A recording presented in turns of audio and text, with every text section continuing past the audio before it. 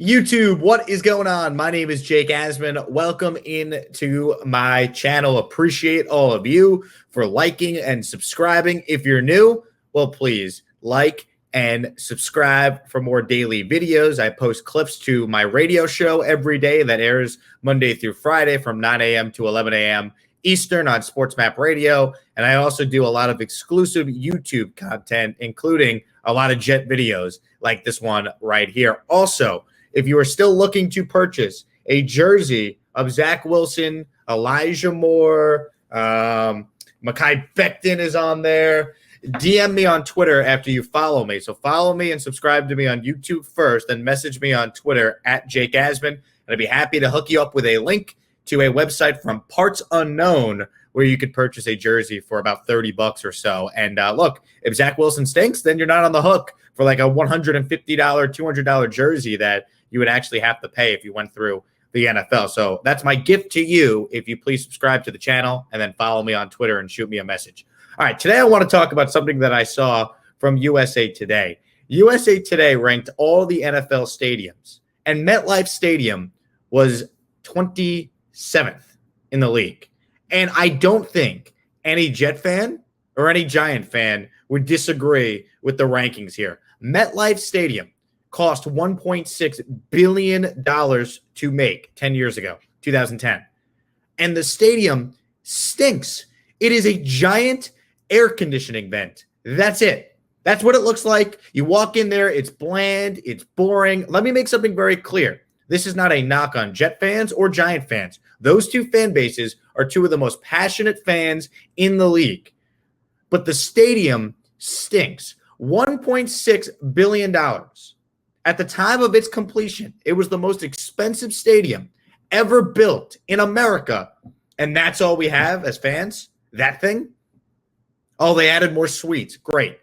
If you watch a game there, the seats are gray. There's no like energy about it. There's nothing special about it. Walking the concourse on the outside. Oh, they could change the lights from green to blue based on if the Jets or Giants are at home. MetLife Stadium is terrible. And the fact of the matter that, us Jets and Giants fans have to share the same building, then you better make that building freaking fantastic. Not a giant air conditioning vent. And that's what MetLife is. No roof. I mean, if you're the NFL, if you're the Johnson family or the Mara family, why wouldn't you put a retractable roof on that thing so you could do concerts there year round?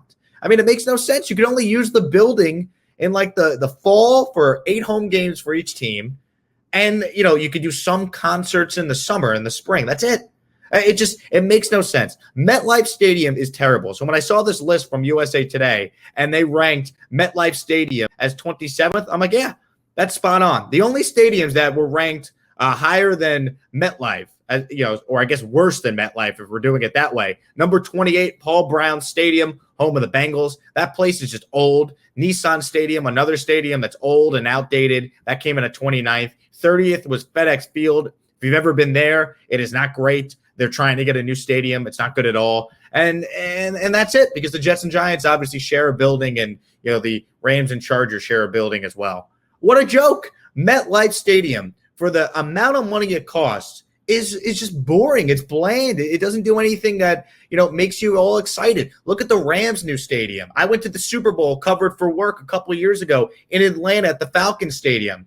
I mean, that's a palace, that place. The Viking Stadium a couple of years back, brand new, state of the art. I don't need to tell everyone listening how cool, Jerry World looks in Dallas. All these new stadiums, the Raiders Stadium out in Vegas looks unbelievable. And how do the Jets and Giants look themselves in the mirror? How do the ownership for both those teams look themselves in the mirror and go, yeah, we paid $1.6 billion to create an air conditioning vent? That makes no sense. MetLife is garbage. Awful, garbage. It stinks. And USA Today is right to rank it where it is. And for that stadium, by the way, once again, to not have a retractable roof at that price, it's baffling to me. I've done this rant a bunch of times on my radio show, because when you have a new stadium, the national broadcast that's doing the game for the first time will always show up, show the features of the stadium. Then they'll put up the graphic. Well, how much does this stadium cost, relative to other new stadiums over the last however many years. And I remember doing this in September last year when they were talking about the Raiders' new stadium. MetLife cost $1.6 billion. It's one of the more expensive stadiums ever. And that's all we have as fellow Jets and Giants fans. It's a disgrace. No roof for that price. You just built a giant air conditioning vent. Awful. Awful.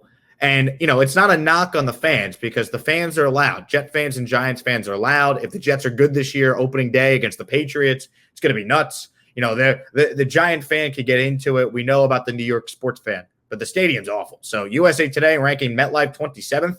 If it ranked 30th, I'd be okay with it. I'm anti-MetLife Stadium.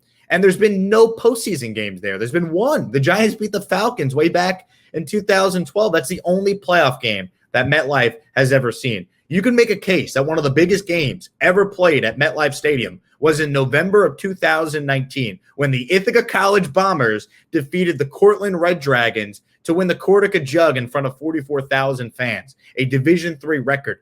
That's in the top 5 of biggest games ever played at MetLife Stadium.